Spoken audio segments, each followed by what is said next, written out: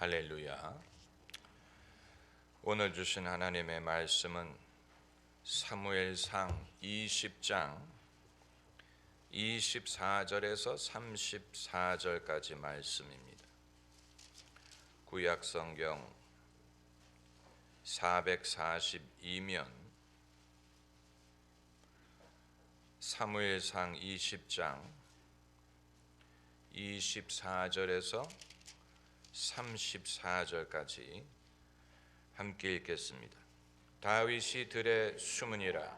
월삭이 되매 왕이 앉아 음식을 먹을 때 왕은 평시와 같이 병것 자리에 앉았고 요나단은 섰고 아브넬은 사울의 곁에 앉았고 다윗의 자리는 비었으나 그러나 그날에는 사울이 아무 말도 아니하였으니 이는 생각하기를 그에게 무슨 사고가 있어서 부정한가 보다 정령이 부정한 것보다 하였음이더니 이튿날 곧 달의 제2일에도 다윗의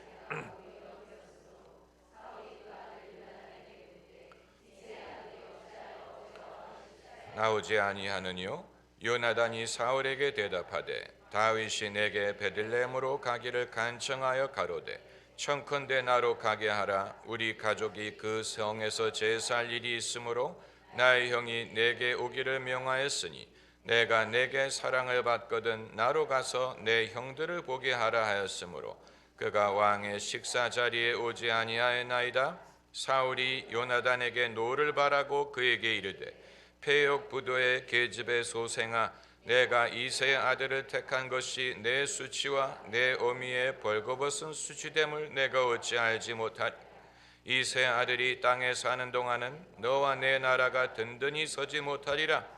그런즉 이제 보내어 그를 내게로 끌어오라. 그는 죽어야 할지니라. 요나단이 그 부친 사울에게 대답하여 가로되 그가 죽을 일이 무엇이나이까? 무엇을 행하였나이까? 사울이 요나단에게 단창을 던져 치려한지라. 요나단이 그 부친이 다윗을 죽이기로 결심한 줄 알고 심히 노하여 식사 자리에서 떠나고 달의 제2일에는 먹지 아니하였으니 이는 그 부친이 다윗을 욕되게 하였으므로 다윗을 위하여 슬퍼함이었더라. 아멘.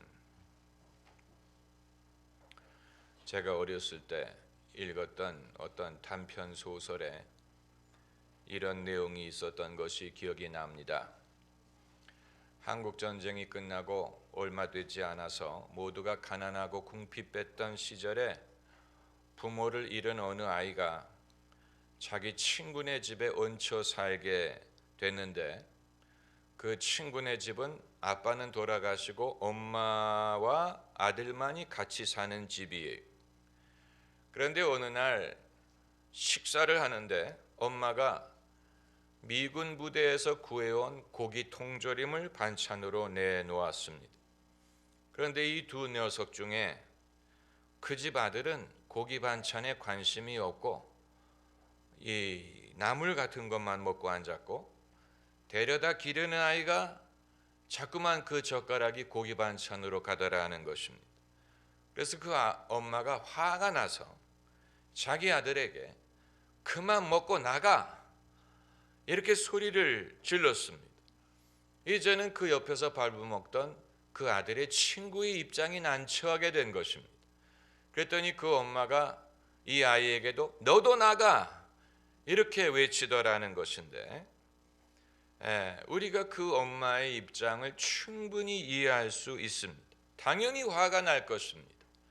자기 아들 먹이려고 귀한 고기 반찬을 구해왔는데 정작 자기 아들은 그것을 먹으려고 하지 않고 데려다 기르는 다른 집 애가 그 고기 반찬을 먹고 있으니 당연히 화가 나지 않겠습니까? 다윗과 요나단을 보는 사울 왕의 입장이 이와 같았을 것이라고 봅니다. 사울은 다윗을 두려워한 것뿐만이 아니고 미워했습니다. 왜 사울이 다윗을 미워했을까? 여러 가지 이유가 있겠죠. 다윗은 사울보다 더 젊고 더 잘생겼고 더 용맹이 있고 백성들에게 인기가 있고 그리고 사울 자신에게 위협이 되고, 그리고 하나님이 사울을 떠나셨지만 다윗과 함께 하시는 증거가 나타납니다. 그리고 사울이 창 던지는 일에 능숙한 사람이었는데 다윗을 죽이기 위하여 2번이나 창을 던졌는데 2번 다 다윗이 피했다고 했습니다. 게다가 사울의 딸이 다윗을 사랑해서 다윗에게 시집을 가버렸고, 그리고 사울의 아들 요나단도 다윗의 아주 친한 베스트 프렌드가 됐어요.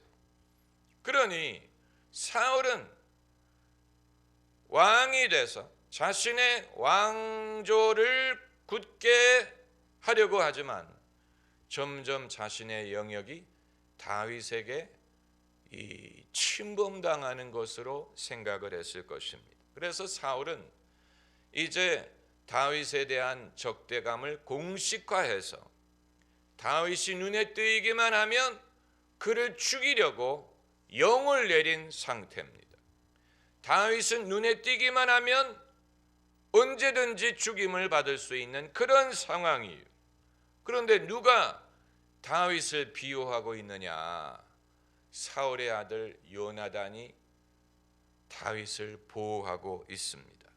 그래서 자기 아버지가 다윗을 죽이려고 한다는 것을 알고 다윗을 도망하도록 돕습니다.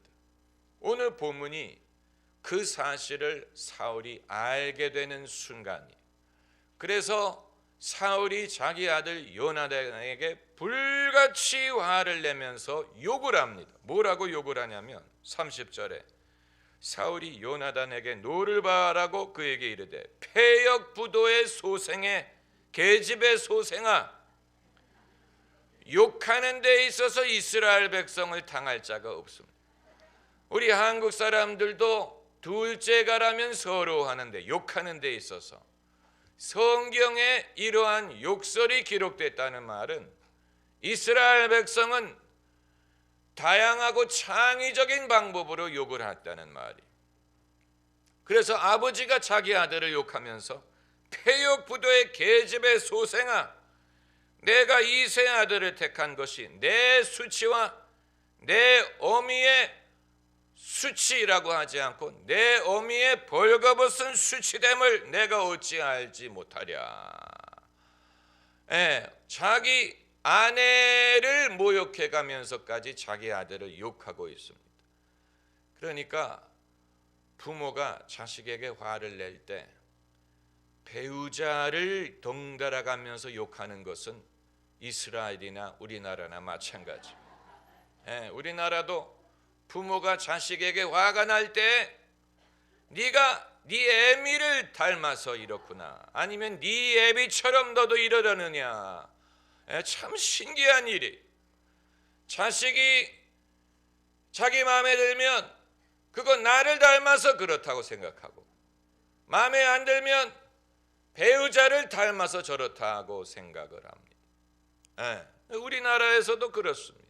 네가 네 애비를 닮아 이러느냐, 무슨 네 애미가 이런 것처럼 너도 이러하느냐. 사울도 똑같아요. 요나단이 자기 마음에 들지 않은 것을 보고 자기 부인 요나단의 엄마를 흉을 보면서 내가 다윗을 택한 것이 내 수치와 내 어미의 벌거벗은 수치됨을 내가 알지 못하느냐. 아주 불같이 화를 내는, 불같이. 예나 지금이나 인간의 심리는 차이가 없습니다. 그런데 사울이 이처럼 화를 내는 것은 당연한 일입니다. 왜냐하면 다윗이 사울에게 위협이 된다는 말은 사울의 왕조가 위험하다는 뜻이고, 사울 왕조가 위험하게 되면 그것은 사울 개인뿐만이 아니고 사울의 아들 요나단에게도 위험이 됩니다. 그렇기 때문에 다윗을 제거하는 것이 사울에게만 필요한 일이 아니고 요나단에게도 필요한 일이고 요나단이 장차 왕이 될 야심이 있다면 사울처럼 당연히 다윗을 미워하고 다윗을 제거하려고 하는 것이 그것이 당연한 일이. 그렇기 때문에 이 아버지는 자기 아들이 자기와 같이 생각하지 않고 장래에 대해서 염려하지 않고 자신의 미래에 대해서 염려하지 않는 것에 대하여 화를 내는 것입니다. 다윗이 살아있는 것이 너에게 위협이 된다는 것은 내가 알지 못하느냐, 그런 내용의 말을 하는 것입니다. 그가 살아있는 한 내 왕조가 안전하지 못하리라. 너는 어찌 그 사실을 알지 못하고 그를 친구로만 보고 그를 비호하느냐. 당연히 아버지가 화를 내는 것입니다. 왜냐하면 이건 너를 위한 것이고 우리를 위한 것이고 우리의 안녕을 위한 것인데, 내가 내 아비처럼 판단력이 있다면 사사로운 감정을 버리고 내 유익을 위하여 다윗을 미워하고 대적하고 다윗을 제거하려고 해야 되는데, 너는 어찌하여 너에게 무엇이 유익한 줄 생각하려 하지 않고 사사로운 우정에 이끌려 그를 도와주려고 하느냐.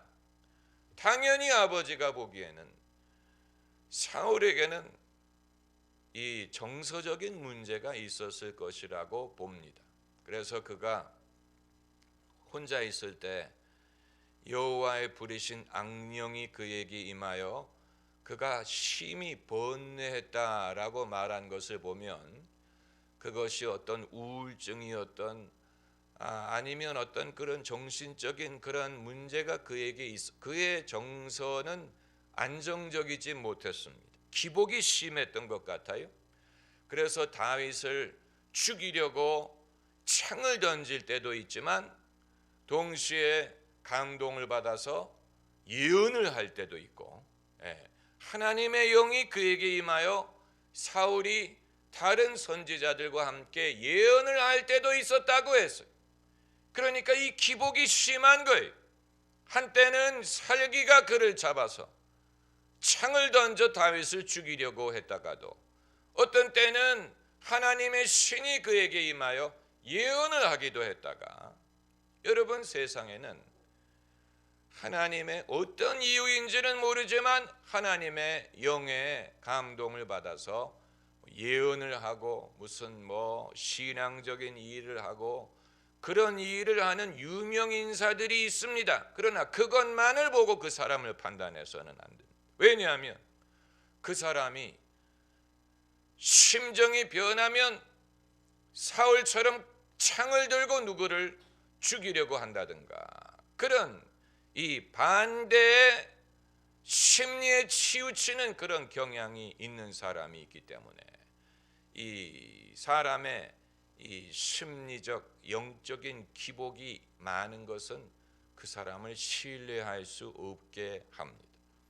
우리가 바라는 것은 성도들이 일관성이 있는 한결같은 신앙생활 하기를 바라는 것이지, 이 사람이 성령이 충만하면 예언도 했다가 뭐도 했다가 그러다가 그것이 그만 이 절벽으로 떨어져 버리면 하나님이 없다는 둥 별의별 문제를 일으켰다가 또 기복이 이렇게 심한 그런 그리스도인은 우리가 바라지 않습니다.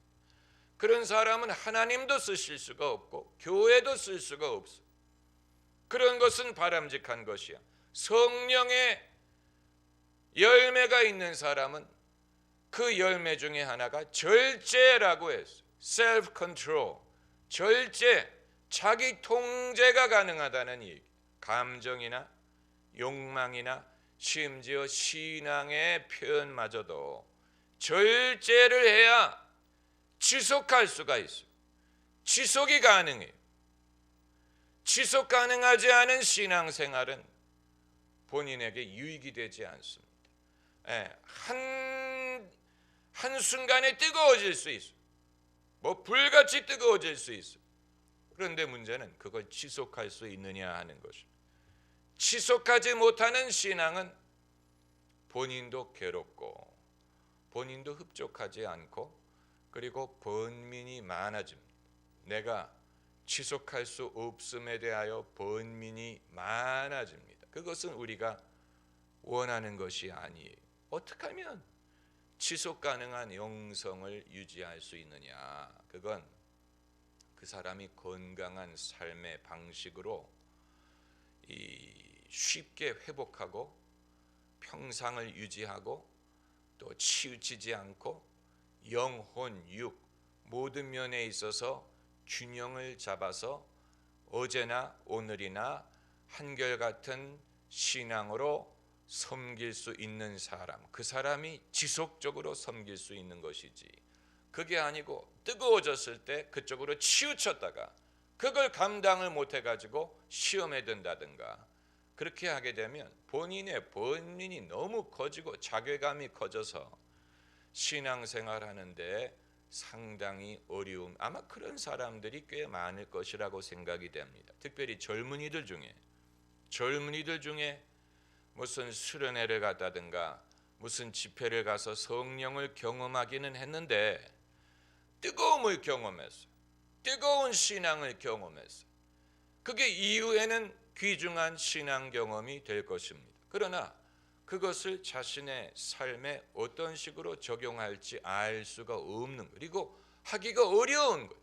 다시 학교를 가야 되고 뭐 일상생활을 해야 되고 자신의 뭐 욕망이 있고 자신의 욕심이 있고 자기가 해야 될 일이 있고 친구들과 어울려야 되고 뭐 이런 일상의 삶에 이러한 이 성령의 뜨거움을 어떤 식으로 소화할지를 알지 못하게 되면 결국은 그것이 식는 과정에서 자괴감을 느끼고 많은 번민을 느끼고 오히려 떨어져 나갈 수 있는 시험에 드는 그런 가능성이 있습니다. 그렇기 때문에 이 능숙한 사역자는 의도적으로 너무 감당치 못하게 사람을 뜨겁게 하는 것을 피하는 것도 지혜입니다. 왜냐하면 지금 그렇게 하더라도 이후에 그것이 그에게 의미 있는 삶으로 연장되지 못한다면 오히려 더 많은 고민과 또 이 마음의 갈등을 불러일으킬 수 있다는 것을 알아야 되기 때문입니다. 이게 지혜 있는 사역자의 모습이 우리가 천국에서 사는 것이 아닌 한, 세상에 사는 한 모든 사람이 부딪혀야 되는 현실적인 문제들이 있습니다. 그렇기 때문에 어떻게 하면 사람이 치우치지 않고 좌로나 우로나 치우치지 않고 한결같이 또 이 충성된 변함이 없고 한결같다는 말이 그 사람이 무슨 뭐 미지근하다든가 그런 말이 아니고 일관성이 있다는 말입니다. 할렐루야. 대나무처럼 일관성이 있는, 이 쉽게 흔들리지 않고 자기의 중심을 찾고, 그리고 어떻게 보면 이 사람이 좀 미지근하다라고 보일 수도 있지만 그건 그 사람의 지혜에 의해서 나는 오늘만 예수 믿고 천국 가는 것이 아니기 때문에 내일도 믿어야 되고 내년에도 믿어야 되고 오늘만 봉사하고 끝나는 것이 아니고 내년에도 해야 되고 천국 갈 때까지 해야 되는 것이라는 것을 안다면 적어도 자기가 감당할 수 있는 속도와 페이스로 그것을 하는 것이 더 오래가고 더 효율적이고 또 더 효과적입니다. 내일도 하고 다음에도 하고 여기서만 하는 것이 아니고 다른 곳에서도 해야 되지. 그게 아니고 나는 오늘 이 사역을 하고 죽으리라. 뭐 그러면 뭐 지지고 볶고 다 할 수 있어. 그리고 나가 떨어지면 돼.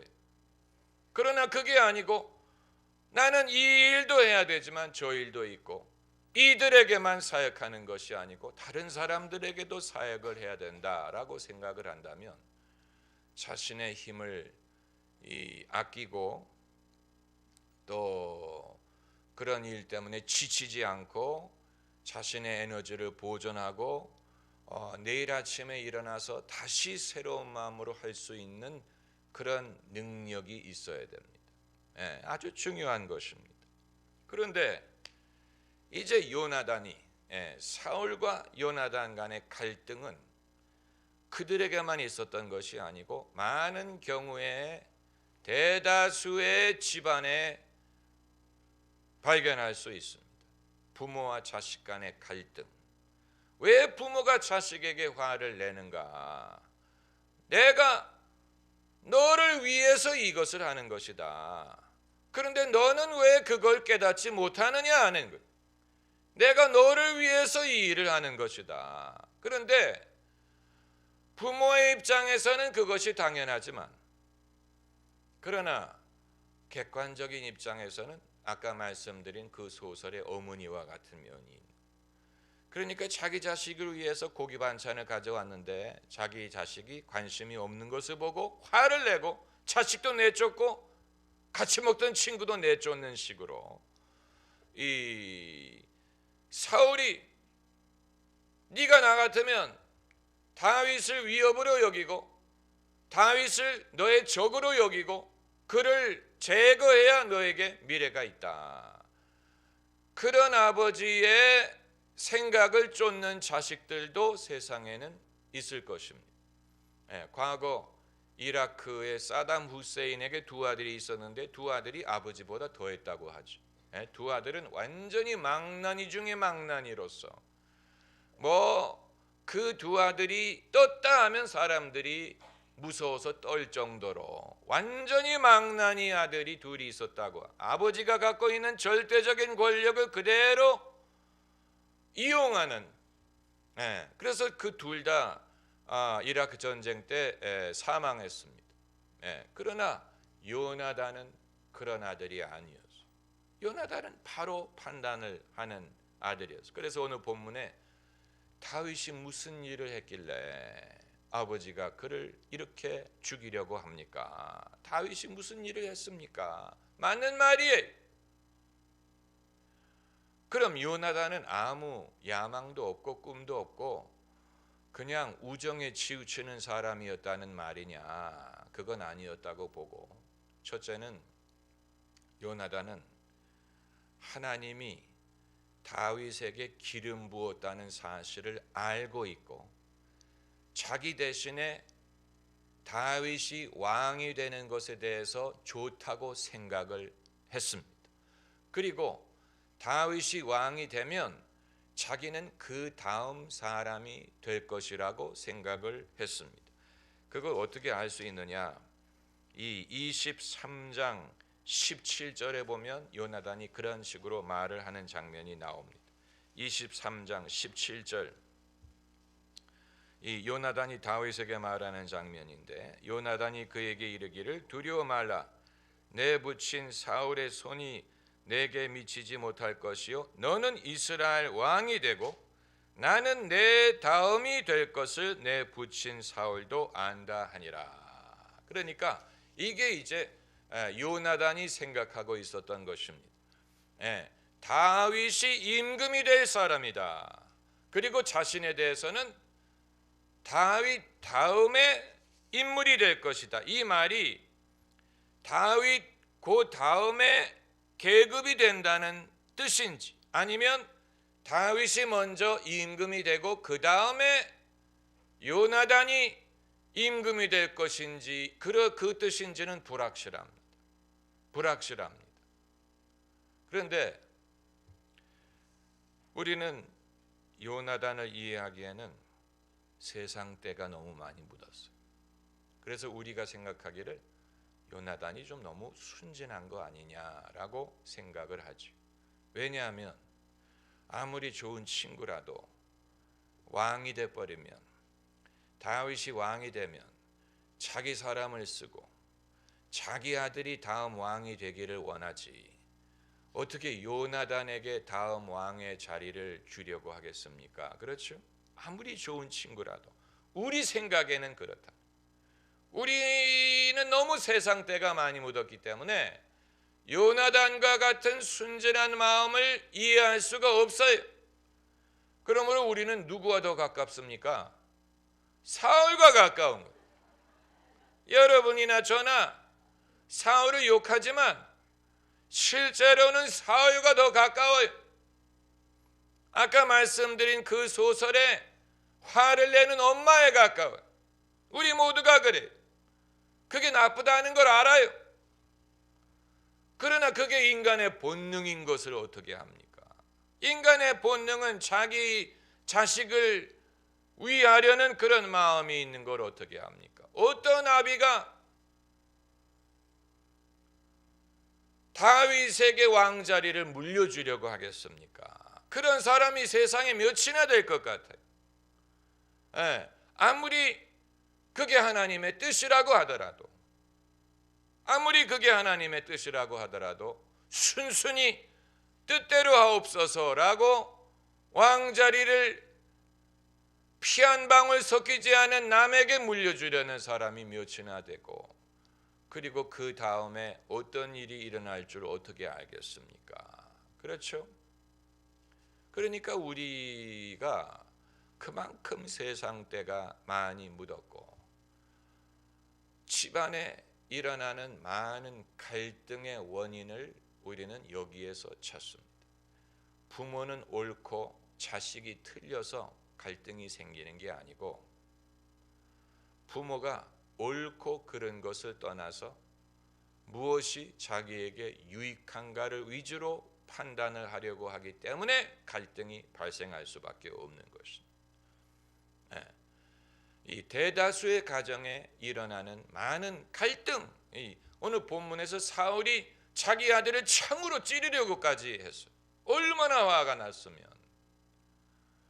그리고 또 하나 부모의 본능은 사울을 이리로 데리고 와라. 그는 죽어야 될 자니라. 그 말은 내 손으로 죽이겠다는 말이. 요나단으로 하여금 다윗을 죽이게 하지 않아. 피는 내 손에 묻히겠다는.